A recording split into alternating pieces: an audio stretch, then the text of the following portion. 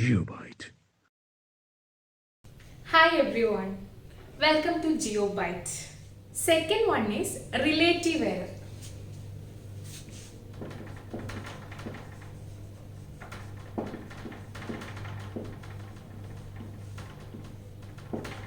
Now you know what is this absolute error, right? You know A mean, you know delta A mean. Then relative error is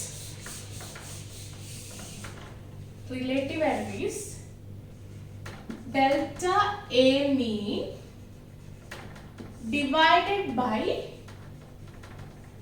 A mean. Okay, we already know what is A mean is. A mean is nothing but average. Then delta A mean is we already find out the delta A mean, that is the absolute error. Okay, this is the relative error. The third one is percentage error. Relative error we will be using in most of our experiments and all, like how much deviation we have from the experimental and theoretical data, etc. In such cases, we will be using this relative error in most of the cases. Then we have percentage error. Percentage error is nothing but, you know what is relative error. Relative error into 100 will gives you the percentage error. So these are the three types of errors. For a better understanding, we will do I'll solve a problem that is also there in Ncert. You can check it with your textbook also. I'll explain the same problem here. The question is, in successive measurements, the readings of period of oscillations are 2.63 second, 2.56 second, 2.42 second, 2.71 second and 2.8 second. Now we have to calculate absolute error, relative error and percentage error. So as I showed you before, first we will do the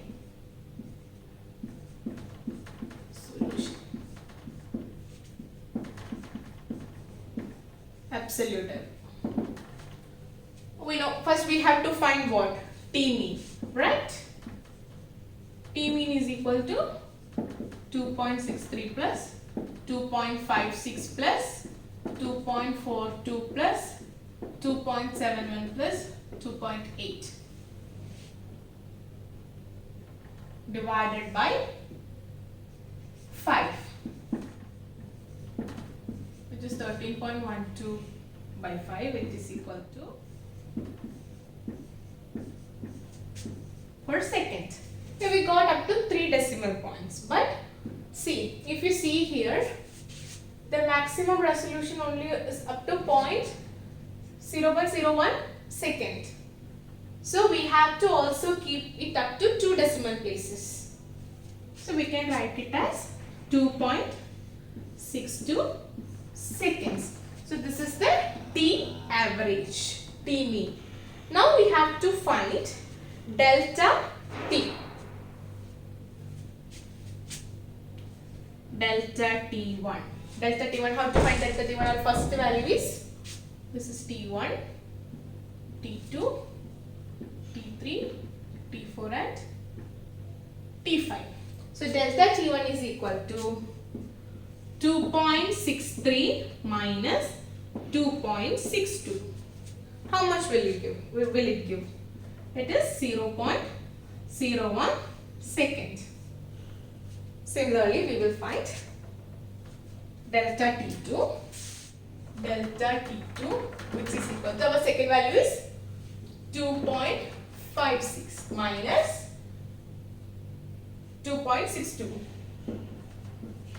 It will give minus 0.06. But here we will only consider the magnitude of it. We won't consider this minus sign. Okay. So this is not minus 0.06. It will be 0.06.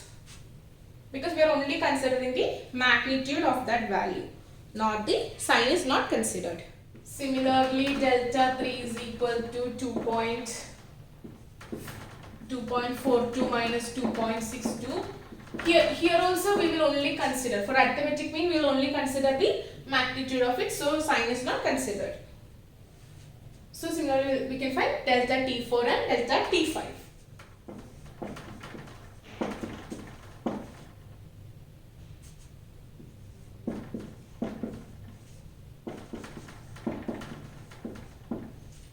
Now we have delta T, absolute errors.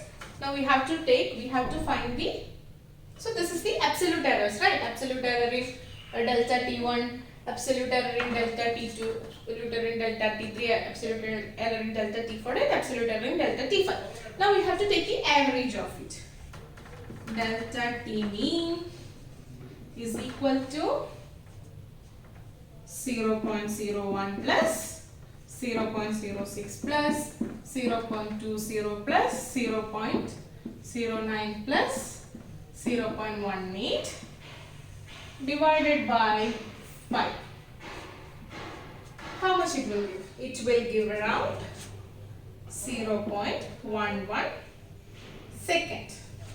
So this is the absolute error. Okay. So this T, so the value of T, as I told you, lies between 2.62 minus 0.11 and 2.62 plus 0.11. That is, T lies between 2.51 and 2.72. Right. Okay. Now we have got the delta T mean and we also have the T mean. Now we can find out the relative error. This value, no? So we have A mean is equal to 2.62 second. Delta A mean is equal to, T mean.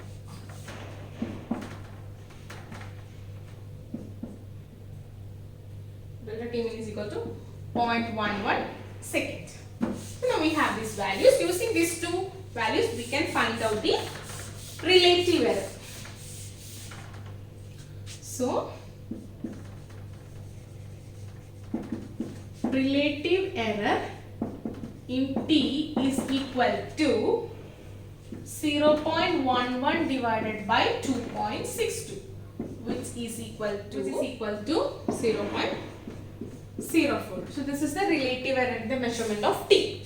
Now we have relative error. From this we can easily calculate the percentage error. Just multiply it by 100, that is 0.11 divided by 2.62 into 100, which is equal to 4%. So the percentage error in the measurement of T is 4%. Clear? So these are the three different types of errors. GeopByte.